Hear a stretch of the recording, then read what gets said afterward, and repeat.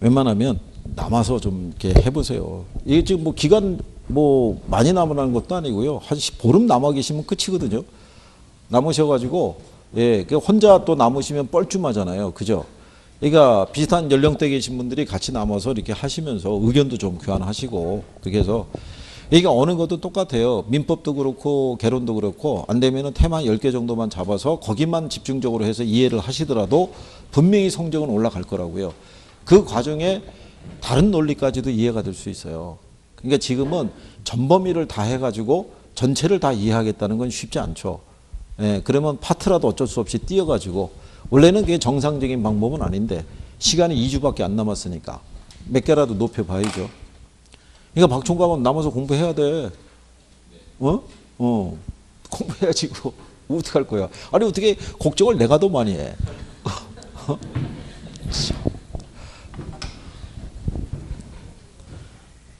이게 참 합격들 하셔야죠. 그게. 자, 그런 내용이고요. 그 다음 76번에 가면 지대 및 지가 이론이 있는데요. 지대 및 지가에 관한 부분에서는요.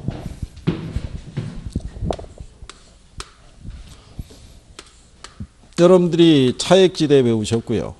그 다음에 위치지대 배웠고요. 그 다음에 절대지대, 그 다음에 입찰지대, 그 다음에 준지대, 경제지대. 뭐 이런 것까지 쭉 하셨잖아요. 그죠? 그래서 고전학파학자들은 지대를 뭐로 인식했다고 그랬냐면 예, 불로소득이자 잉여로 간주한 거고요.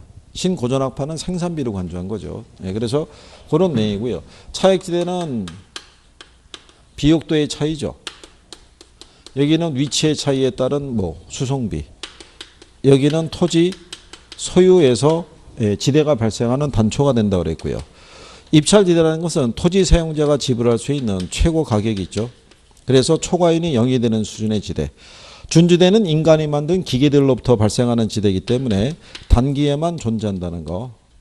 경제지대는 공급이 비탄력적일수록 경제지대가 커진다는 거. 뭐 이런 특징적인 것들을 가지고 이게 무슨 요건이라는 게 생각이 날 수 있을 정도로 할 수 있으셔야 돼요. 그죠? 예, 그래야지 정리가 되시니까. 그렇지 않겠어요? 그러면 그냥 그렇게 주는 거죠. 거기 보시면은 76번에 2번에 보면 고전학파는 토지를 자본과 구별을 했고요. 토지의 자연적 특성을 강조하고 지대를 불로소득으로 간주했는데 신고전학파는 지대가 생산물 가격에 영향을 주는 요소 비용으로 파악하지 않았다 그랬으니까 틀렸겠죠. 여기는 요소 비용으로 간주한 거죠. 절대지대에서는 토지 소유자가 토지를 소유하는 그 자체로 인해서도 발생하는 거죠. 그래서 한계지가 됐든 안이 됐든 바깥이 됐든 간에 무조건 지대는 성립한다는 게 절대지대고요. 입찰지대는 단위 면적의 토지에 대해서 토지용자가 지불하고자 하는 최대 금액이죠. 그래서 초과인이 0이 되는 수준의 지대를 무슨 지대? 입찰지대. 근데 이제 나중에 여기 입지에 관한 부분에서 언급이 안 돼 있죠. 혹시 여기 위치지대 있죠? 네, 위치지대를 줄 때 튀넨의 입지이론. 물론 요 입지이론은요 농업입지론이에요. 아니면은 얘를 갖다가 고립국 이론. 근데 아마 이런 입지론이라는 제목을 달고 만약에 나오면 들어오기 쉽다는 거죠. 그러니까 여기에 기초해서 무슨 지대가 발생이 된 거예요. 예, 이 이론의 기초에서 위치지대라는 개념이 발생한 거예요. 그래서 여기서는 만약에 물어보게 되면 집약적 농업하고 조방적 농업이 있죠. 예, 집약적 농업에 대한 이 한계 지대 곡선이 있죠. 걔는 기울기가 가파라요. 근데 조방적인 농업할 때는 한계 지대 곡선의 기울기가 어떻게 돼요? 완만하게 간다는 거. 이게 바뀌면 틀린다는 얘기죠. 무슨 말인지 아시겠죠? 시장에서 가까울수록 여기가 만약에 도심이라고 보면 지대죠. 거리면. 시장에 가까울수록 수송비가 절약이 되니까 지대지불 곡선의 기울기가 어떻게 돼요? 가파르죠. 비싸니까. 근데 외곽을 나가게 되면 기울기가 어떻게 돼요? 완만해지죠. 그죠? 그러면서 각 지점의 토지 사용자가 지불할 수 있는 최고 가격을 기준으로 어떤 작물을 경작을 해야 되는지가 정해지는 거죠. 그러니까 그 요건에 대해서 구별하시면 될 거고요. 그죠? 그리고 마지막 주에 월요일날 제가 와서 한 다음에 또 한 일주일 공백이 생기죠. 그러니까 최종 모의고사를 하나 보내놓을 거예요. 여기서 학원에서 시험 보시죠. 네, 그거를 시험을 보시고 가기 또 하루 한 이틀 전쯤에 그건 답하고 해설지를 같이 보내드릴 테니까 먼저 문제를 푸시고 해설을 보고 마지막으로 점검하고 들어가시는 얘기죠. 무슨 말인지 이해하시겠죠? 네. 내가 지금 그렇게 했는데 6점이 안 나오면 그것도 참 그런 거예요. 그거. 그렇잖아요. 어디는 나와야 될 거 아니겠어요? 그죠?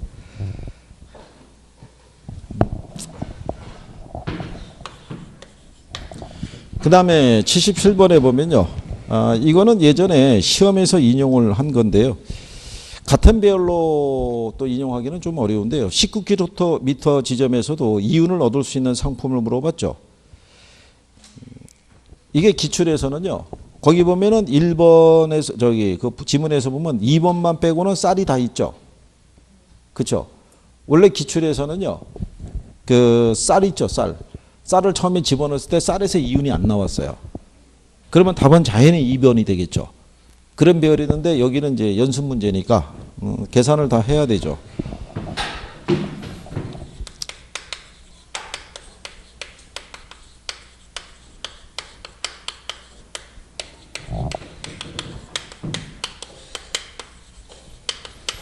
튀넨의 지대 이론에서는 생산물 가격에서 생산비하고 수송비를 공제하고 남는 게 지대가 되는데요. 요 수송비라는 것은요. 단위 거리당 수송비에다가요. 단위 거리를 곱해서 우리가 구할 수 있죠. 그죠? 그래서 쌀을 보게 되면 생산물 가격이 얼마냐면 160만 원이죠. 근데 생산비가 60만 원이죠. 그런데 교통비용을 보게 되면 5km 5만 원인데 19km 지점까지를 얘기를 했었죠. 예, 그러니까는 단위 거리당 수송비에다가 단위 거리를 곱하면 되죠. 이거 곱하게 되면 얼마 나오겠어요? 95만 원 나오죠. 그죠? 그러면은 얘네 두 개 하면 155잖아요. 그죠? 예, 그렇게 되면은 얼마 남겠어요? 5만 원 남죠. 그러니까 얘는 이윤이 발생하겠죠. 그죠? 그러면 쌀이 들어가게 되면 복잡해지는 거예요. 그럼 계산을 다 해야 되는데 그 중에 이제 운이죠. 우유가 있을 때 우유는 210이죠. 210인데 생산비가 100이고요. 여기에다가 보면은 6만 원인데 19kg죠. 그러면 계산하면은 얘는 114만 원 나오죠. 그죠? 그러면 계산해 보더라도 214만 원이니까 마이너스 4가 되겠죠. 예, 그러면 이윤을 발생할 수 있는 건 쌀하고 거기 나와 있는 사과가 되겠죠. 근데 1번에 또 쌀 하나만 들어가 있어가지고 모두 또 계산을 해야 돼요. 사과도 계산을 또 해야 돼요. 그죠? 그러니까 출제자는 이렇게 배열은 안 한다는 얘기예요. 이러면 계산을 다 해야 되잖아요. 그러니까 하나 계산하면 답을 풀리게 해주는 배열이에요. 그래서 실전에서는 쌀이 이윤이 발생하지 않는 걸로 준 거예요. 그러면 답은 그냥 2번이 나올 거 아니에요. 그렇게 출제해 준 거예요, 실전에. 근데 240이죠. 거기에다가 이제 얼마 빼야 되냐면 130 빼야 되죠. 수송비도 공제해야 되는데 5만 원인데 19면은 95죠. 계산하시게 되면은 225죠. 그러면은 남는 게 얼마 남겠어요? 아마 15 정도 남겠죠. 그럼 얘하고 얘하고만 이윤이 발생하겠죠. 그래서 답이 4번. 그러니까 출제자들은 실전에 가면은 이런 식으로 세 개 다 계산하라고 유도하지는 않고요. 하나 정도. 그죠? 그 다음에 이제 78번에 보면 생산 요소의 대체성과 도시지대의 관계는 기억하시죠? 78번에. 요거 기억하시나요? 그림? 도심이고요. 자본하고 뭐? 토지 얘기했을 때. 도심 지역은 지대가 비싸잖아요.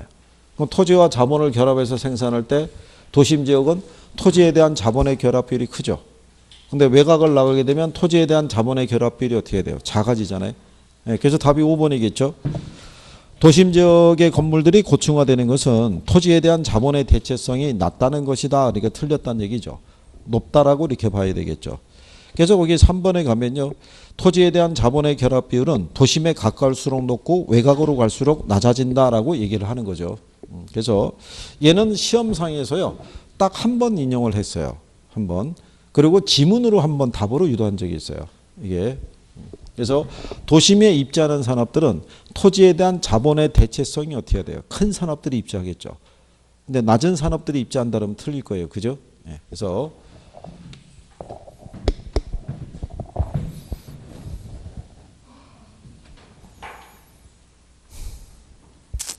그 다음에 79번에 가게 되면요. 옳은 거는 답을 2번을 줬어요. 허프는 상권 분석에서 결정론적인 접근보다는 확률론적인 접근이 필요하다고 봤다 이런 얘기죠. 그 얘기는 뭐냐면요. 레일리의 그 논리는요. 레일리는 A, B 몇 개 도시가 있다고 가정했을 때 두 개의 도시만 있으니까 둘 중에 하나로 이미 결정이 돼 있는 거고요. 허프의 모형은 뭐예요? 대도시 지역 안에 가게 되면 A와 B뿐만이 아니라 C, D, E, F, G 이렇게 해서 다수의 경쟁 점포가 입지하고 있을 때, 그죠? 새로운 신규 점포가 입지함에 따라서 시장 점유율의 크기가 달라질 수 있어요, 없어요? 있죠. 그러니까 점포가 다수이다 보니까 고객이 특정 점포에 갈 확률이 있죠. 예, 그 확률은 매장 면적의 크기와 거리에 의해서 결정이 된다라고 제시한 거죠. 그래서 허프 모형은 확률론적이고요. 레일리 모형은 이제 결정론적인 사고라고 보시면 되는데요. 그러면 이제 1번에 크리스탈러의 중심지론에 의하면 저차원 중심지수로 중심지 규모가 커지고 중심지 기능이 다양해진다는 게 틀린 거죠. 저차원이 아니라 고차원이겠죠. 그러니까 여러분들이 생각할 때 이런 얘기죠. 대전시에서 제공되는 이 서비스 기능과 그죠? 얘보다 규모가 작은 도시 있죠. 여기서 제공하는 서비스의 기능이 서로 틀리겠죠. 그러니까 그리고 레일리의 소미인력 법칙에 따르면 두 개의 도시의 상거래 흡입력은 인구의 크기에 비례하고 거리의 제곱에 반비례하겠죠. 그리고 허프의 상권 분석 모형에 따르면요. 소비자가 특정 점포를 이용할 확률은 경쟁 점포의 수, 점포와의 거리, 그 다음에 매장 면적의 크기죠. 소비자의 분포에 의해서 결정이 되는 게 아니라. 그리고 배버의 최소 비용 이론은 다른 생산 조건이 동일하다면 수송비는 사용되는 원료의 종류에 의해서 결정이 된다면 틀리죠. 배버는 수송비가 뭐에서 결정이 된다 그랬냐면요. 원료 및 제품의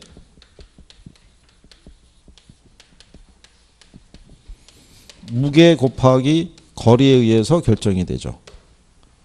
그러니까는 무게가 이게 많이 나가면 많이 나갈수록 수송비 많이 들고요. 거리가 멀어지면 멀어질수록 수송비가 많이 들어간다는 거죠. 그렇죠? 원료비가 아니고요.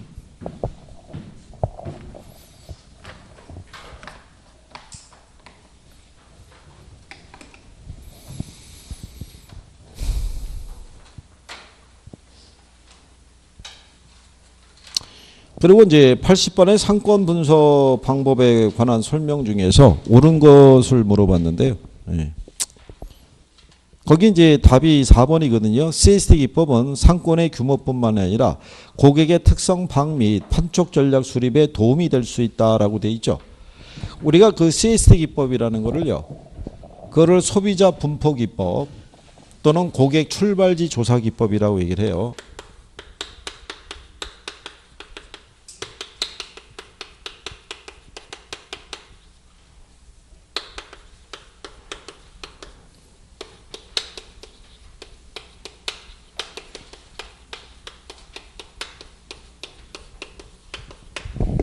그러니까 요거는요. 이거를 기법을 이용해서 이 상권에 대한 어떤 규모 있죠. 이거를 파악하는 거예요. 1차 상권, 2차 상권 또는 3차 상권 있죠. 이거를 분석을 해서 이걸 지도상에 표현해 주는 거예요. 그러니까 가령 예를 들어서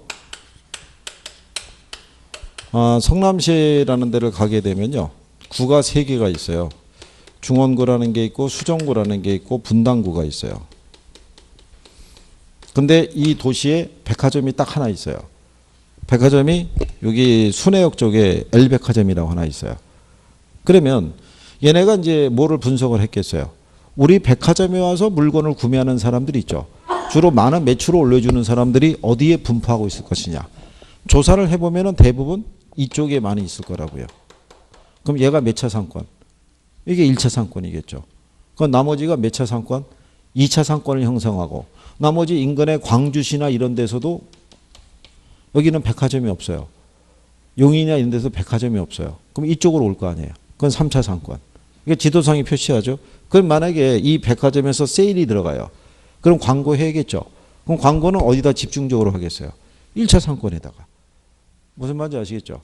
그런 전략을 세울 때 쓰는 방법이 이거죠. 그러니까 자기 제품을 구매하는 고객들이 주로 공간상에 어디에 많이 분포하고 있는지, 이 사람들이 어디에서 출발해서 오는 사람들인지 이런 것도 있죠. 그러니까 지금은 번호판을 가지고는 이게 구별이 힘든데 옛날에는 왜 번호판이 있었죠? 경기 뭐 이렇게 돼 있었고 서울 뭐 55 뭐 이런 거 있었잖아요. 그래서 예전에는 백화점 주차장에 이 차량이 파킹돼 있으면 백화점 관계자들이 와서 차량 넘버를 조사했다고요. 그러면 이게 어느 도시에 있는 사람까지도 여기 와서 구매하러 오는지 그런 걸 조사할 수 있었다고요. 그래서 그때 쓰는 방법이다 뭐 이렇게 생각하시면 되고요. 그 다음에 81번에 그 컨버스의 분기점 모형에 따른 게 나와 있는데요.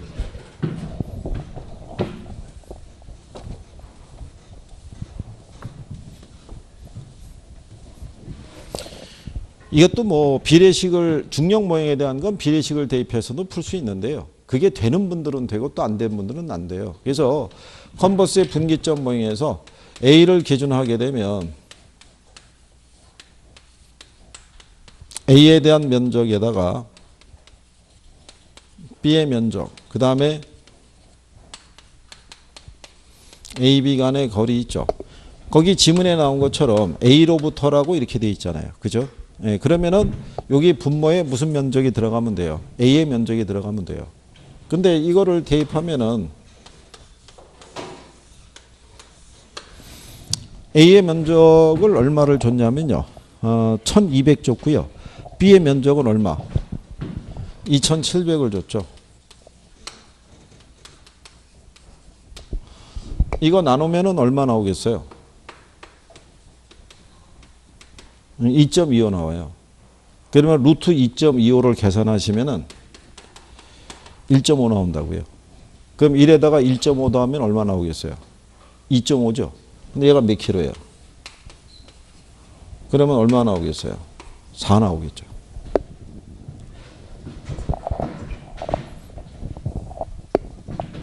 얘는 제가 볼 때는 그냥 단순 대입해서 푸는 게 더 편하실 거예요. 안 되시면은.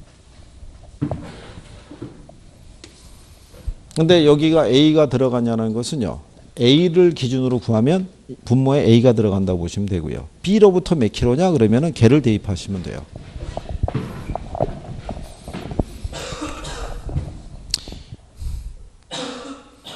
그리고 일단은 81번에서는요. A가 1200이고 B가 2700이잖아요.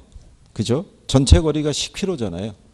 예, 그러면은 당연히 여기 A로부터 5km 지점보를 기준했을 때 왼쪽이라고요. 왜냐하면 A가 있고 그 다음에 뭐가 있으면요. B가 있으면 얘가 더 크잖아요. 그러면 우리가 분기점을 놓고 따져봤을 때는 규모가 작은 도시 쪽에 가깝게 가죠. 그렇지 않겠어요? 유일력의 크기를 보게 되면. 그러니까는 5km를 기준했을 때 왼쪽으로.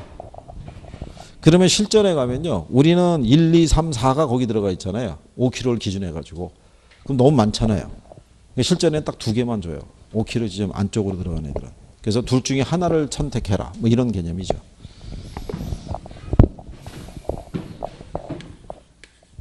근데 얘는 지난 18회 때인가 한번 나오고 그 이후로는 안 나오고 있어요. 이거. 근데 안 나오는 또 결정적인 이유가 뭐냐면 이 루트 때문에. 지금 사칙 연산도 힘들어 죽겠는데 루트 하란 말이냐? 니들 수학 잘해서 좋겠다. 나와서 풀어봐라 말이죠. 난리 난 거죠. 그 이후로는 안 나오고 있죠. 네, 그죠? 자, 82번에 가면요. 허프 모형이 있는데 이 허프 모형은요. 혹시 만약에 시험장에 들어가서 문제를 만나시게 되면은 조건을 잘 보셔야 돼요. 허프 모형은 계산식이 간단하기 때문에 도심구의 60%만 이용한다. 뭐 이런 식의 부대적인 조건이 잘 들어가요. 그래서 거기 보면 A 할인점과 B 할인점이 있죠.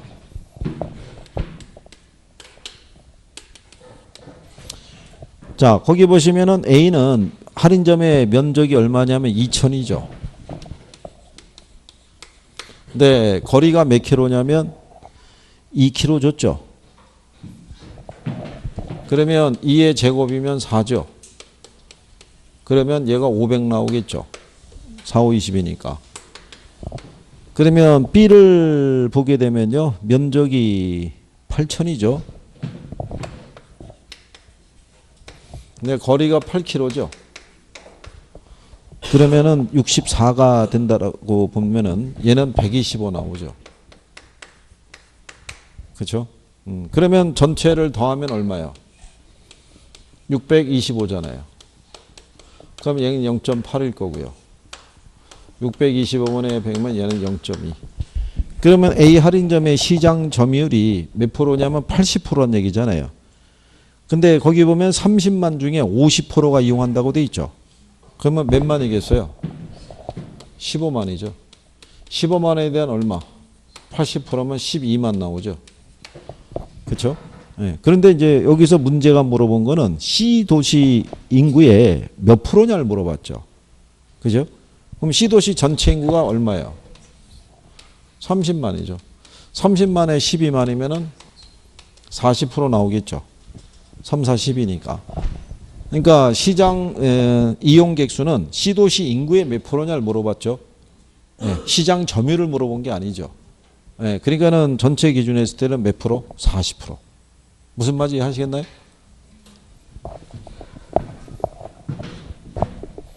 이거 앞전에 우리 저기 계산 문제가 올 때 다 해봤던 거죠, 이게. 문제 요건을 그래서 보셔야 된다고.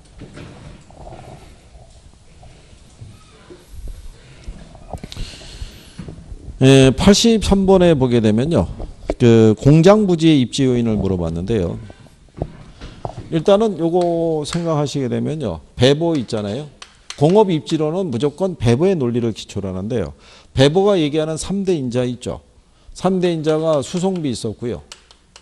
그 다음에 인건비 있었고, 그 다음에 직접이익. 이 중에 이 사람이 제일 중시한 건 뭐였어요?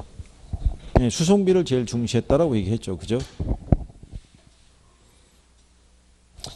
그래서 여러분들이 그 내용에서 보게 되면요. 거의 뭐 얘기하냐면 수송비에 대한 내용이 쭉 들어가 있는 거죠. 그죠? 그래서 2번에 보면 수송비 관점에서 본다면 원료와 제품의 수송비의 합인 총 운송비가 최소인 것이 최적 입지점이 된다라고 얘기하는 것은 배보의 이론에 의하면 이렇게 들어가야겠죠. 왜냐하면 공업 입지론이 배보의 이론만 있는 건 아니에요. 레슈의 최대 수요 이론도 있고, 그죠? 아이사드라든가 그리너시라든가 스미스라든가 다양한 사람의 원리가 존재하기 때문에 그런 표현은 들어가 줄 거예요. 근데 4번에 보면 운송비 관점에서 보편 원료를 많이 사용하는 공장은 원료 수송비가 많이 소요되므로 원료 지향형 입지를 하게 된다라고 쓰니까 틀렸겠죠. 원료를 보면은 보편 원료가 있고 편제 원료가 있다고 그랬죠. 보편 원료는 물이나 공기처럼 시장 어디에서나 쉽게 구할 수 있는 원료죠. 그렇죠? 대신에 여기서처럼요. 원료 수송비가 많이 소요된다는 것은 이제 보편 원료가 아니라 편제 원료 있죠. 특정한 지역에만 매장되는 원료를 주로 사용하게 되면 걔를 원료 산지부터 어디까지 시장까지 수송해 오는데 수송비가 많이 들어갈 수가 있겠죠. 그러니까 원료 제한적인 입지를 해야 된다. 뭐 이런 얘기가 되겠죠. 그리고 이제 4번에 보게 되면 배보의 최소비용위원회에서 등비용선이라고 있죠. 최소 운송비 지점으로부터 기업이 입지를 바꿀 때 이에 따른 추가적인 수송비의 부담액이 동일한 지점을 연결한 곡선을 의미한다 그래서 수업 시간에 이거 그려서 해본 거 기억하시나요? 배보가 그 입지 삼각형을 그려가지고요. 요 P 지점이 최소 수송비 지점이라고요. 그죠? 근데 이 지점에서 입지를 바꿀 수 있어요, 없어요? 입지를 바꾸게 되면 운송비에 대한 추가적인 부담이 발생할 수 있겠죠. 예, 그거를 구별하기 위해서 배보가 만들어낸 게 그게 등 비용선이라고요. 그러면 이 원 안에서는요. 동일한 추가적인 운송비의 부담이 발생하는 거죠. 그러니까 여기서 이 P 지점에서 만약에 여기 있는 L 지점으로 간다라고 가정해 보세요. 그러면 여기 이 지점에서 이 공간으로 이동하면은 이 공간 내에서는 추가적인 운송비가 10원이 발생한다는 거예요. 이 공간 안에서. 여기를 벗어나서 이 공간으로 가면은 20원. 이렇게. 그래서 입지를 바꿀 때 추가적인 운송비가 발생하는, 그죠? 예, 그 지점을 쭉 연결한 선을 우리가 등비용선 또는 등운송비선 이렇게 얘기한 거죠. 요 그림 기억하시나요? 한 거? 여러분 시험에도 나온 거죠, 이거. 이 지점에서 이 지점으로 입지를 바꾸죠. 예, 그럴 때 절약하는, 그러니까 이 지점이 뭐냐면 이게 최소 노동비 지점. 이 지점이 뭐예요? 최소 수송비 지점. 여기를 정해놓고 난 다음에 일로 이동하면 노동비를 절약할 수 있대요. 근데 절약하는 노동비가 얼마냐면 10원이에요. 근데 추가되는 운송비가 10원이에요. 그러면 입지를 바꿀 필요가 있어요, 없어요? 없을 거 아니에요. 절약하는 수송비하고 증가되는 수송비의 크기가 같잖아요. 그럼 굳이 입지를 바꿀 필요가 없겠죠. 예전에 여러분 시험에는 이렇게 된 경우에 이 지점으로 바꾸는 것이 유리하다 이렇게 줘서 틀리게 한번 출제한 거예요. 이거 그래서 그때 있잖아요. 이거 유명한 그림이라고. 예전에 이게 KBS 9시 뉴스에 이게 나왔던 그림이잖아요. 이게. 응? 그 앵커들 뒤에. 올해 본 공인중개사 자격시험이 아주 어려웠다고 논란이 거세지고 있습니다. 이러면서 앵커가 얘기를 했다고요. 그래 놓고 난 다음에 이제 한 달인가 지나고 난 다음에 과천 청사로 난입해 들어가는 그 공인중개사 그때 시험 봤던 분들의 뒷모습이 카메라에 잡힌 거죠. 그리고 추가 시험이 나온 거죠, 저거. 괜찮아요. 역사상 2번 있는 일이죠. 옛날에 의사고시가 한번 그런 식으로 해가지고 한번 판이 뒤집어진 적이 있고, 2번째가 중개사 시험이죠. 대단하고밖에는 볼 수가 없죠. 어째 추가 시험을 얻어냈잖아요. 추가 시험을. 그 다음서부터 15회 때 난이도로는 안 나오는 거예요. 그렇게 안 낸다고 그랬어요. 그 내면은 다 떨어지는 거예요. 그 난이도의 기조가 지금까지 유지돼서 오죠. 예, 그럼 뭐 우리는 난리 나는 거죠. 뭐 내용 뭐 지금같이 이렇게 해서는 택도 없는 소리죠. 무지하게 해야 되는 거죠. 그러면 아까 같은 저런 논리도 성립이 안 되죠. 10개만 선택해서 죽어라고 한다는 것도 성립이 안 되는 거예요. 그게. 자, 어쨌든 뭐 그런 내용이고요. 자, 그 다음에 84번에 가면은 마케팅 나와 있죠. 마케팅에 대해서는 마케팅 전략 정도만 정리할 수 있으시면 돼요. 자, 우리가 마케팅 전략을 보면은 시장점이 있죠. 고객점이 있죠. 그 다음에 무슨 마케팅? 관계. 얘는 공급자 입장에서, 얘는 수요자 입장에서, 얘는 수요자와 공급자의 지속적인 상호관계를 지침을 했었어요. 그래서 여기 들어가 있는 게 STP, 4P 믹스 전략, 그렇죠? 여기 들어가는 게 아이다의 원리 있죠. 이거. 여기는 브랜드에 대한 이미지를 지속적으로 고객들에게 각인을 시키는 거. 요 특징적인 기초에서 정리하실 때 여기 STP 들어가면은 S가 뭐예요? 시장을 세분화하는 거고요. T가 이 세분된 시장 안에서 가장 자신 있는 수요자 집단을 찾는 거고. 그러면 다양한 공급 경쟁자들 사이에서 자신의 제품을 어떻게 차별화할 수 있느냐. 그렇죠? 어느 위치에 놓을 것이냐. 그걸 하는 게 무슨 전략이에요? 차별화 전략이죠. 4P 믹스는 4가지 있다고 그랬죠. 이렇게 해서 4가지. 그래서 이게 제품 전략이 있죠. 그래서 보게 되면 프로덕트, 프라이스, 플레이스. 이게 판매 촉진이라고 얘기했었죠. 프로모션. 얘네는 영문까지 써요. 예, 그 영문 안에서도 또 두는데 기본적인 건 할 수 있으시죠. 그래서 거기 84번에 가면 1번에요. 시장 차별화란 부동산 상품의 소비자를 유사한 특성의 소집단으로 구분한다고 돼 있죠. 그 시장을 뭐 하는 거예요? 세분화하는 거죠. 세분화. 그렇죠? 그리고 4번에 가면은 부동산 마케팅을 수행하기 위한 수단으로 제품 차별화, 유통, 가격 등의 마케팅 믹스 요소가 있다고 그랬을 때 거기 차별화가 들어가서 틀린 거죠. 4번 지문에. 그죠? 예. 그래서 제가 유파니까 판촉 그래서 프로모션이 들어가야 되는데 그게 틀렸다는 얘기고요. 5번에 가면 생산자하고 소비자 간의 장기적 지속적 관계 유지를 추측을 하는 것은 관계 마케팅 전략이죠. 고객점의 마케팅 전략은 소비자가 물건을 구매할 때는요.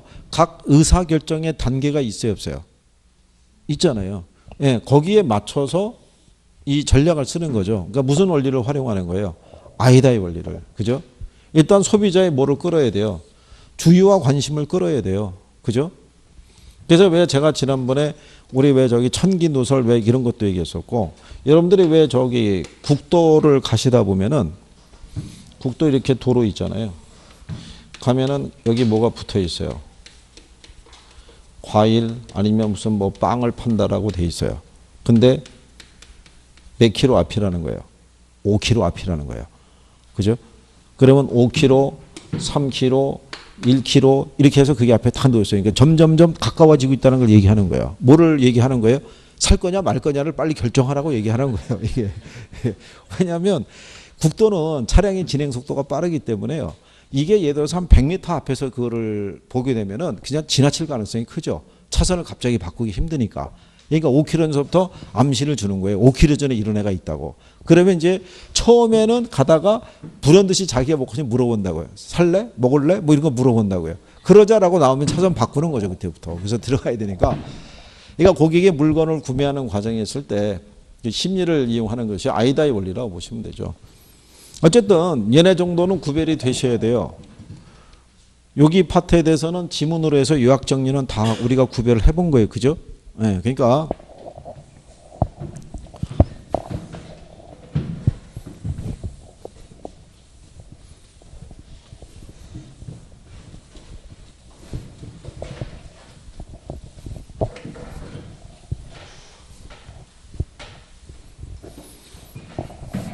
그 다음에 이제 간평의 85번을 보시게 되면 다음 용어에 대한 설명 중에서 틀린 거 이렇게 되어 있는데요. 요거 정도 일단 기억하시면 되고요. 거기 나온 거는요. 이거 한 건 기억하시죠? 현황평가 원칙이 행환기준평가 원칙이죠. 그 다음에 시장가치 기준 평가. 그렇죠? 그 다음에 개별물건 기준평가. 이게 원칙이라고 그랬죠. 감정평가 분류상에서는. 그러니까 현황기준이라는 거는 무슨 시점 현재 상태로 기준 시점 현재 상태 및 공법상 제한을 받는 상태 대로 평가하는 것이 현황평가죠.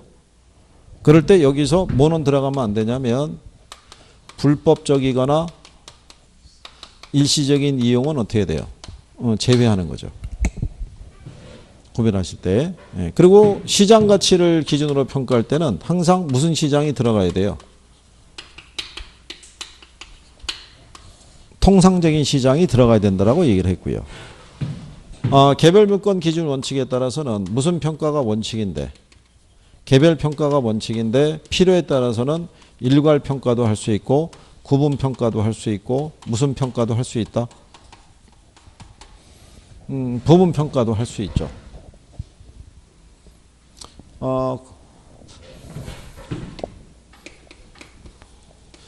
이게 중개사 법령에 보면요. 법령에 개업 공인중개사 있죠.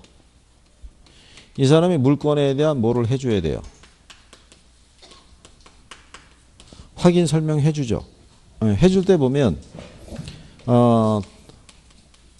도배라든가 장판 이런 것도 확인 설명해 줘야 안 해줘요? 해주죠. 물건의 최유 이용 상태에 대한 것도 설명해 줘야 안 해줘요? 이거.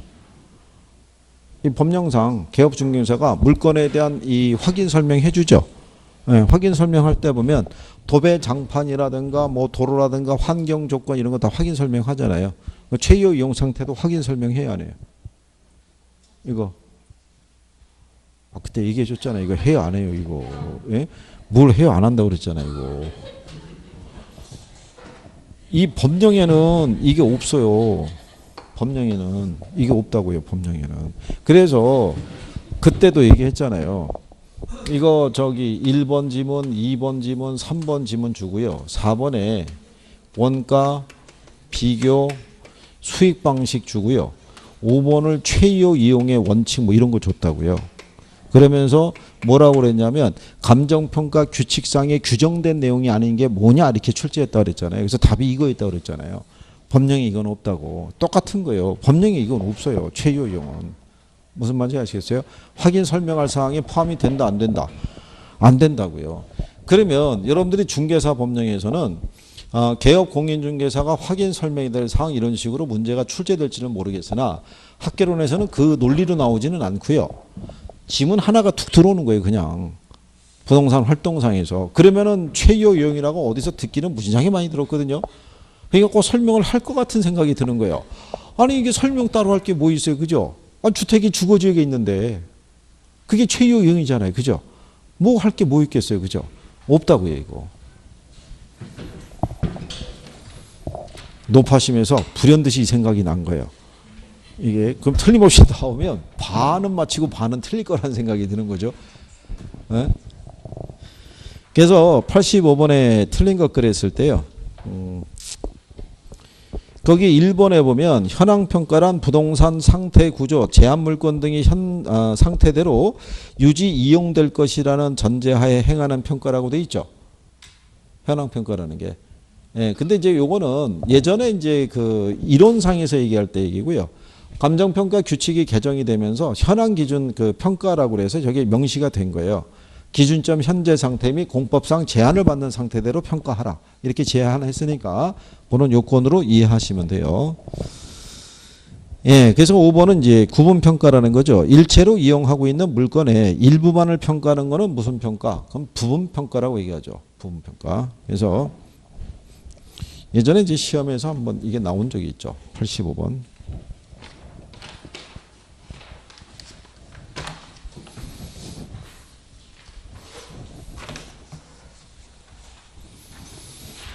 그래서 이제 86번에 가시게 되면요. 부동산 감정평가에 관한 설명으로 틀린 거 그랬을 때 1번에 가면 시장가치라고 나오죠. 그래서 시장가치 보면은 감정평가의 대상이 되는 물건이 무슨 시장에서? 통상적인 시장에서. 이제 그게 들어가야 된다라고 설명을 해드렸고요. 그 다음에 대상 물건에 대한 감정평가액은 시장가치를 기준으로 결정하게 되겠고요. 감정평가는 기준 시점에서의 대상 물건의 이용사항 및 공법상 제한을 받는 상태를 기준한다. 이게 현황 기준 원칙이라고 그랬죠. 단 이제 불법적이거나 일시적인 이용은 이제 제외한다는 얘기고요. 그 다음에 이제 적정한 실거래가라고 있어요. 그죠? 거래 신고에 관한 법률에 따라 신고된 실제 거래 가격으로서 거래 시점이 도시적은 3년, 그 밖의 지역은 5년 이내의 거래 가격 중에서 감정평가업자가 인근지역의 지가 수준 등을 고려해서 감정평가의 기준으로 적용하기가 적정하다고 판단되는 거래 가격을 적정한 실거래가라고 그래요. 그러니까 요 실거래가가 있으면 토지 가치를 평가할 때 공시지가 기준법을 쓰지 않고 거래사례비법을 쓸 수 있다 그랬어요. 기억하시나요? 우리가 토지를 평가할 때 원칙은 뭐를 써야 돼요? 이거 써야 돼요. 공시지가 기준법을 쓰는데 예외적으로 뭐가 있으면요. 적정한 실거래가가 있으면 그러면은 뭐를 쓸 수도 있다는 얘기예요. 거래사례 비교법을 쓸 수도 있다. 기억하시죠? 얘기한 거. 예. 그리고 이제 우리가 지난번에 이거 했었죠. 감정평가사는 무슨 조사를 해야 돼요? 실질조사 해야 돼요. 현장에 가서 확인해야 된다고요.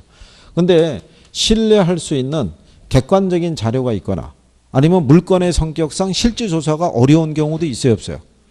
뭐 주식이나 채권 같은 경우는 실질조사할 이유가 안 되잖아요. 그렇죠? 그럴 때는 이 실질조사를 뭐 할 수도 있다. 생략할 수도 있다라고 얘기한 거죠. 그래서 거기 보면 실질조사를 하지 아니하고도 객관적이고 신뢰할 수 있는 자료를 충분히 확보할 수 있는 경우라 하더라도 실질조사를 해야 된다. 이렇게 돼 있으니까 틀렸다는 얘기죠.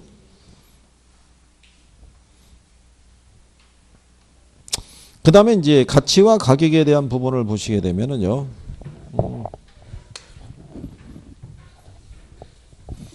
요거 구별한 거 기억하시죠? 가격하고 뭐가 있을 때요? 가치가 있을 때.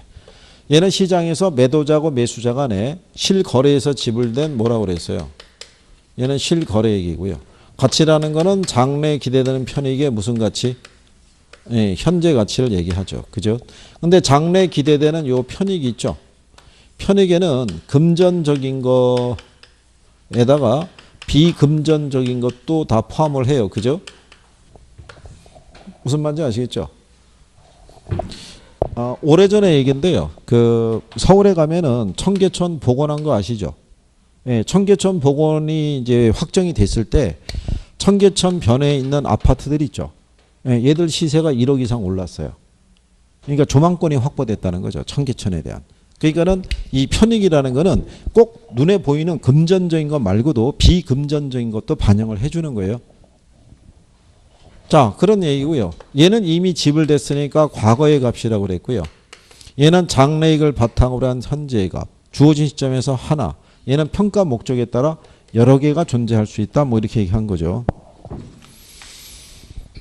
그래서 이제 거기 주어져 있을 때 그래서 이제 87번에 5번에 가면 가격은 일정 시점에 하나이나 가치는 일정 시점에 여러 개가 존재할 수 있다는 거죠. 근데 그 가격에 기초해 있는 게 가치라고 그랬죠. 이 가치의 화폐적인 표현이 가격이 된다고 그랬고요. 그래서 가치와 가격은 단기적으로 괴리될 수 있어요, 없어요? 괴리될 수 있죠. 근데 장기적으로는 일치할 수 있다. 그래서 4번이 이제 틀렸다는 얘기죠. 단기적으로 일치할 수 있으나 장기적으로 괴리된다 그러면 틀리다는 얘기죠.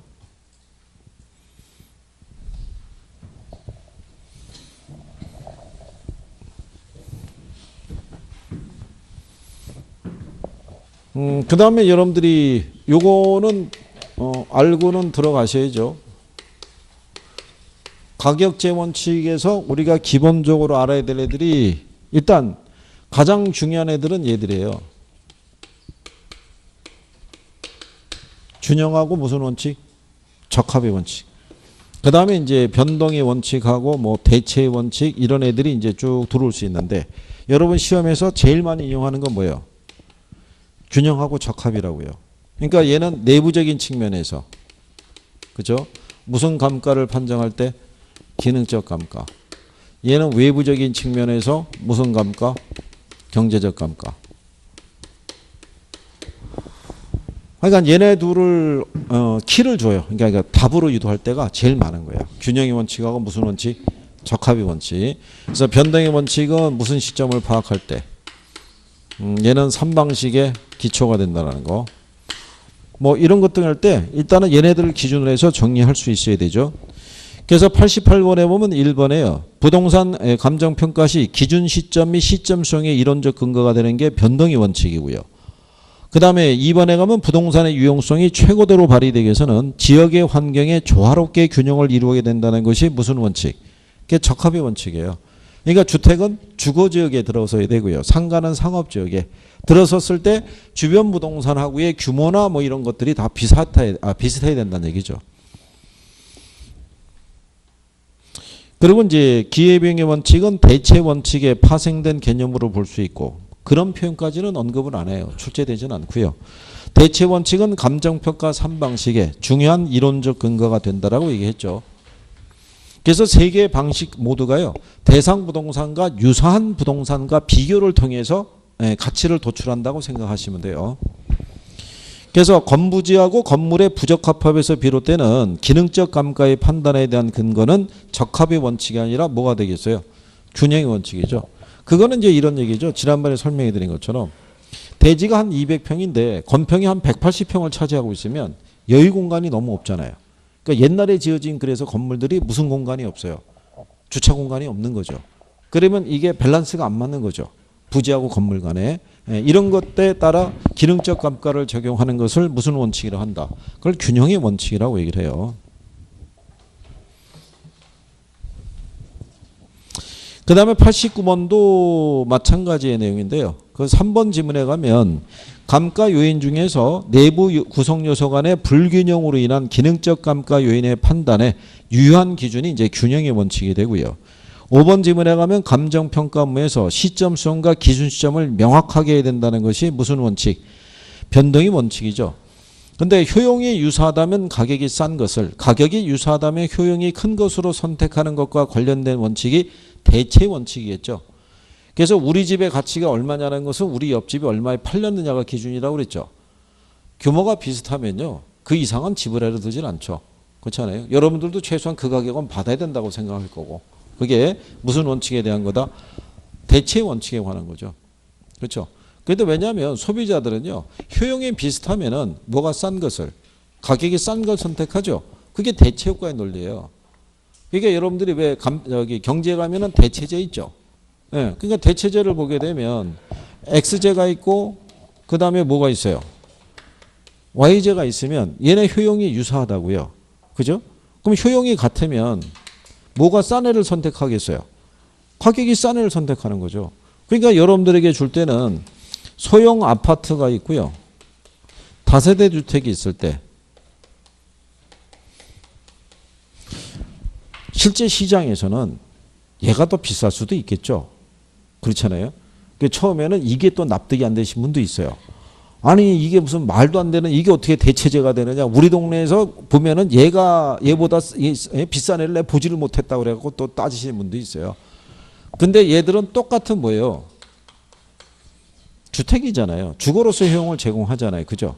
근데 얘도 임대료가 100만 원이고요. 얘도 임대료가 어떻게 돼요? 100만 원일 때. 근데 얘가 만약에 150만 원으로 오르죠. 그럼 임대료가 뭐 한 거예요? 상승했잖아요. 그러면 상대적으로 얘가 임대료가 어떻게 돼요? 싸진 거잖아요. 그러면 당연히 다세대 주택에 대한 수요가 어떻게 돼요? 증가하니까 얘가 임대료가 어떻게 돼요? 상승하죠. 그래서 대체제 간에 이렇게 화살표 움직임이 같아요. 무슨 말인지 아시겠나요? 그러니까 그거를 놓고 확실하게 정리를 하고 들어가셔야 돼요. 그렇죠? 그래야지만 이게 정리할 수 있다고요. 이거 이해가 반드시 되셔야 돼요. 문제 하나짜리라고 생각하시고. 그렇죠? 네, 일단 여기 하시고 잠깐 뭐 쉬었다가 나머지 마무리 하시죠. 천천히.